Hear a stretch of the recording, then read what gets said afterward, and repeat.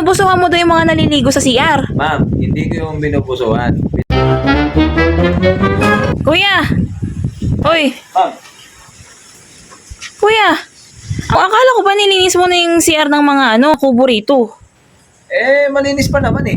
Anong malinis? Check out na nung guest natin. Mamaya may darating na naman dito.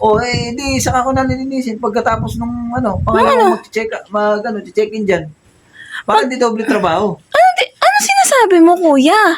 Hindi doble. May bago nga magte-check-in, nakakahiya sa bagong guest. Mahiya kayo sa akin, ma'am. Ba't ako mahihiya sa'yo, Ober? Isipin nyo, ako lahat nagdilinis dito, tapos mahiya kayo sa guest nyo? Siyempre, yun ang trabaho ko eh. Kasama. Ano sinasabi mo? Kaya nga pinapasahod, ikaw nga kinuha namin para maglinis dito eh. Kasalanan ko na kinuha nyo ako. Bakit hindi?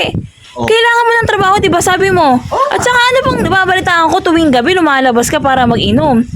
Maglalasing ako eh. Ano maglalasing? Kailangan na magbabantay dito tapos lalabas ka rito. Binabantayan ko sila habang umiinom ako. Paano yun? Kaysa sila ang malasing, ma'am, yung mga guest nyo, ako na lang ang malasing. Kuya! Nag-iisip? Ano hindi nag-isip pinagsasabi mo dyan? Kaya ka nga namin kinuha para meron tao rito eh. Tumatao naman ako ah. Anong tao eh? Hindi mo nga nililinis yung... Binabantayan ko lahat dyan ng mga babae. Pag naliligo, binabantayan Isa ko pa yan. Pag nag-BBS, binabantayan ko sila. Tumigil ka kuya. Isa pa yan ha. May nalaman pa ako. Ano yun? Ha? Sabi nila, binubusuhan mo daw yung mga naliligo sa CR. Ma'am, hindi ko yung binubusuhan. Binabantayan ko sila habang naliligo. Alam nyo, mali yung pagsabon sa katawan. Mali yung pagsuot ng panloob nila. Tinuturo ko. Anong sinasabi mo kuya? Tinuturo ba?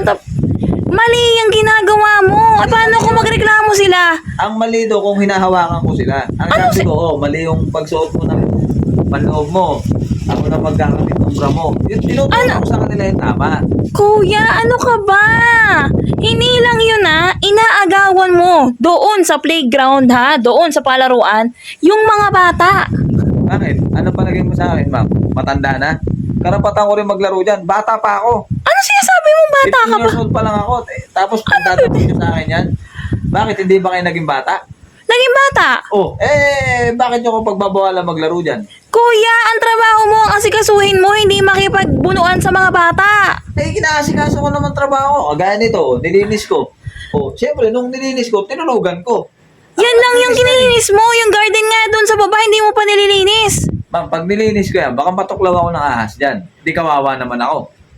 Kuya, kaya nga tayo may mga tools eh. Ano ka ba? Anong tools? Yung mga panlinis dito sa Nabenta ko garden. yung mga tools, ma'am. Ano?